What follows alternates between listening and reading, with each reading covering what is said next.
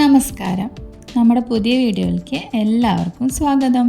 കർക്കിടക മാസമൊക്കെ അല്ലേ, അപ്പോൾ കഴിഞ്ഞ വീഡിയോയിൽ പത്തില തോരനാണെങ്കിൽ ഈ വീഡിയോയിൽ പയറിൻ്റെ ഇല തോരനാണ്. കഴിഞ്ഞ വീഡിയോ കാണാത്തവർ അതുകൂടി ഒന്ന് കാണണേ. കണ്ടാൽ മാത്രം പോരാ, നിങ്ങളും ഇതൊക്കെ ഒന്ന് ട്രൈ ചെയ്ത് നോക്കണം. നല്ല ഫ്രഷ് പയറിൻ്റെ ഇല കിട്ടിയപ്പോൾ ഞാൻ വിചാരിച്ചു തോരൻ വയ്ക്കാം, അത് നിങ്ങളെ കൂടിയും കാണിക്കാം, വീഡിയോ എടുക്കാമെന്ന്. കർക്കിടക മാസത്തിൽ നമ്മൾ ഇലക്കറികൾ കഴിക്കുന്നത് അത്രയും നല്ലതാണ്. പയർ കുത്തിയിട്ട് നല്ല വലുതായി നല്ല നിറയെ ഇലകളൊക്കെ ആയാൽ നമ്മൾ ഇല നുള്ളി വയ്ക്കും, എന്നാലേ കായ് പിടിക്കുള്ളൂ എന്ന് പറയും. ഇല നുള്ളി തോരൻ വയ്ക്കലാണ് പതിവ്, എല്ലാ വർഷവും അങ്ങനെ തന്നെ ചെയ്യൽ. ഇപ്രാവശ്യം കിട്ടി, അപ്പോൾ നമുക്കത് കഴുകി നല്ല വൃത്തിയാക്കി എടുക്കാം. ഞെട്ടൊക്കെ കളഞ്ഞെടുത്തിട്ടുണ്ട്.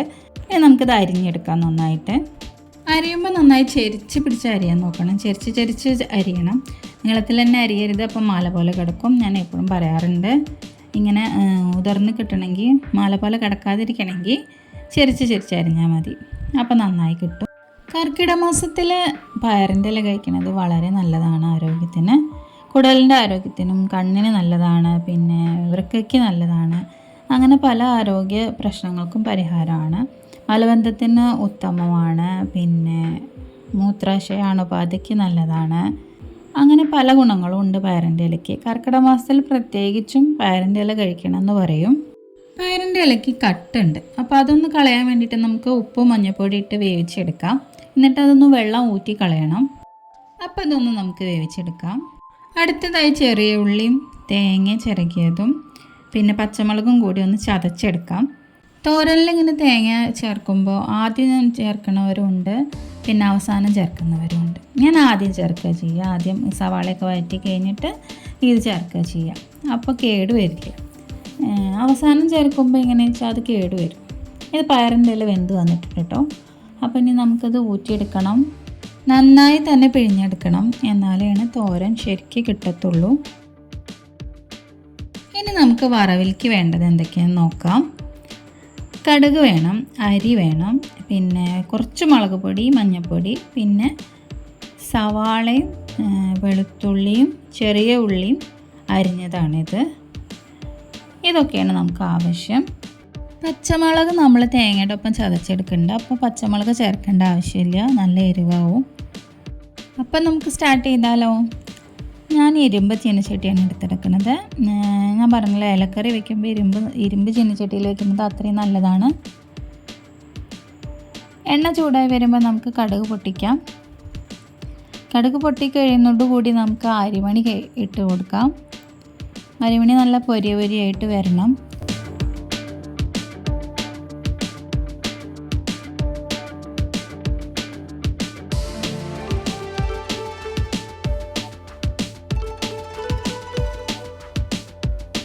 ഇപ്പോൾ അത് പാകമായി വന്നിട്ടുണ്ട്. ഇനി നമുക്കിതിലേക്ക് അരിഞ്ഞു വെച്ചതൊക്കെ ചേർക്കാം.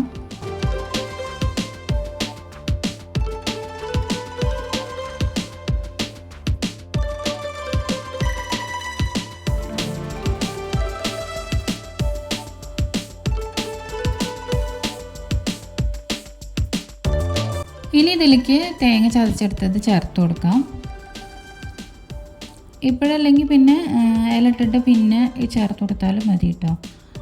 ഓരോരുത്തരുടെ ഇഷ്ടമാണ്. ചിലർക്കത് വെന്ത് വന്നാൽ അത്ര ഇഷ്ടപ്പെടില്ല ടേസ്റ്റ്. തേങ്ങ വേവാത്തതാണ് ചിലർക്ക് ഇഷ്ടം, അപ്പോൾ അങ്ങനെ ചേർത്ത് കൊടുത്താൽ മതി.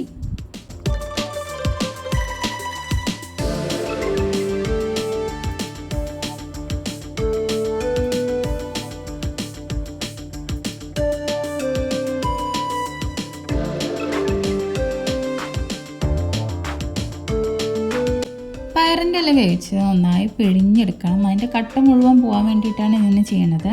ആ വെള്ളത്തിലൊക്കെ കട്ടുണ്ടാവും. കട്ട എന്ന് പറയണത് ഒരു തരം വിഷമാണെന്ന് പറയും.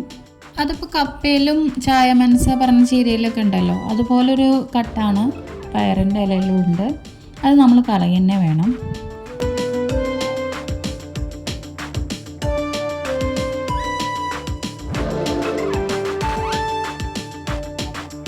ഇനി ഇതിലേക്ക് നമുക്ക് പയറിൻ്റെ ഇല പിഴിഞ്ഞ് വെച്ചത് ചേർത്ത് കൊടുക്കാം. നല്ല ഉലർത്തി ഇട്ടാൽ അത്രയും നല്ലതാണ്.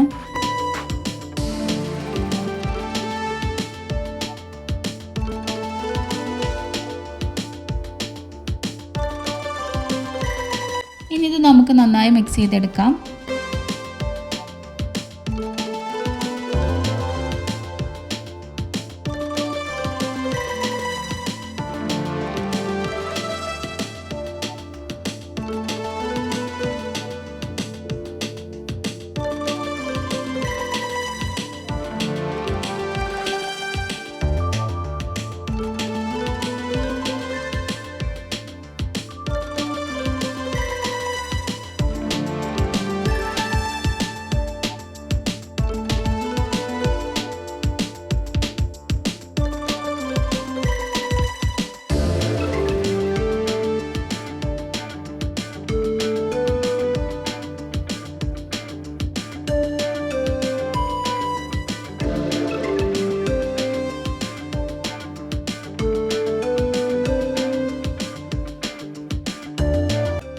നോക്കി ആവശ്യത്തിന് ഉപ്പ് ചേർത്ത് കൊടുക്കാം. നമ്മൾ വേവിക്കുമ്പോൾ ഉപ്പ് ഇട്ടിട്ടുണ്ട്, അപ്പോൾ അതിനനുസരിച്ച് ഉപ്പ് നോക്കിയിട്ട് വേണം ഇട്ട് കൊടുക്കാൻ.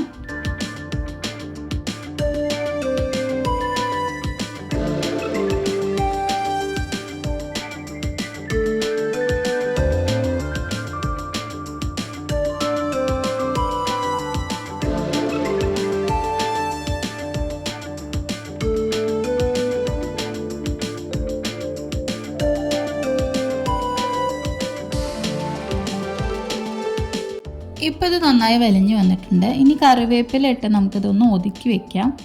കുറച്ച് നേരം അങ്ങനെ ഇരുന്നോട്ടെ. പിന്നെ നമുക്ക് സെർവിങ് ബൗളിലേക്ക് മാറ്റാം.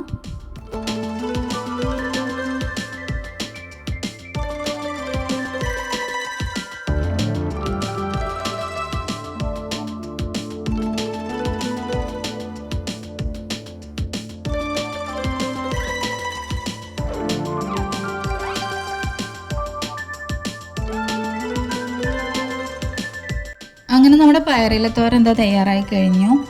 ഇനി ഇതുപോലെ നിങ്ങളും വെച്ചിട്ടുണ്ടെങ്കിൽ ഒന്ന് കമൻറ്റ് ചെയ്യോ.